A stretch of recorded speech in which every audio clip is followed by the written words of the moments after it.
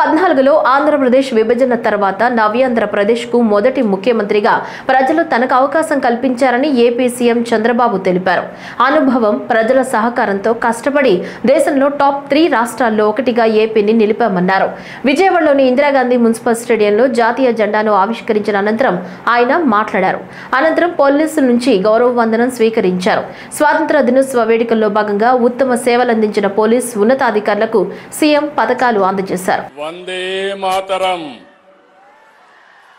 వందే మాతరం, వందే మాతరం. ప్రపంచంలో అతిపెద్ద ప్రజాస్వామ్య దేశం భారత్. నేడు 79వ స్వాతంత్ర వేడుకలు జరుపుకుంటున్న శుభ సందర్భంగా భారతీయులకు, ప్రపంచంలోని తెలుగు వారికి, రాష్ట్ర ప్రజలకు శుభాకాంక్షలు. 2014లో ఆంధ్రప్రదేశ్ విభజన తర్వాత జరిగిన పరిణామాలను ఒకసారి గుర్తు తీసుకోవాల్సిన అవసరం ఉంది. నవ్యాంధ్రప్రదేశ్కి మొదటి ముఖ్యమంత్రిగా ప్రజలు నాకు నాడు అవకాశం ఇచ్చారు. అనుభవం, ప్రజల సహకారంతో కష్టపడి దేశంలో టాప్ 3 రాష్ట్రాల్లో ఒకటిగా ఏపీని నిలిపాం. 2019లో వచ్చిన ప్రభుత్వం 5 సంవత్సరాల పాటు రాష్ట్రాన్ని విధ్వంసం చేసింది. ఏపీ బ్రాండ్ నాశనం చేసింది. వ్యవస్థలను నిర్వీర్యం చేసింది. రాష్ట్రం 30 ఏళ్లు వెనక్కిపోయింది. 10 లక్షల కోట్ల రూపాయల అప్పులు, బకాయిలతో ఆర్థిక విధ్వంసం చేశారు. ఆ 5 ఏళ్లు ఎక్కడా అభివృద్ధి జరగలేదు. కనీసం రోడ్లపైన గుంతలు పూడ్చలేదు. తవ్విన కొద్దీ గత ప్రభుత్వం చేసిన అప్పులు, తప్పులు, ఆక్రమాలు, అవకతవకలు వెలుగు చూస్తున్నాయి. పోలవరం నిలిచిపోయింది.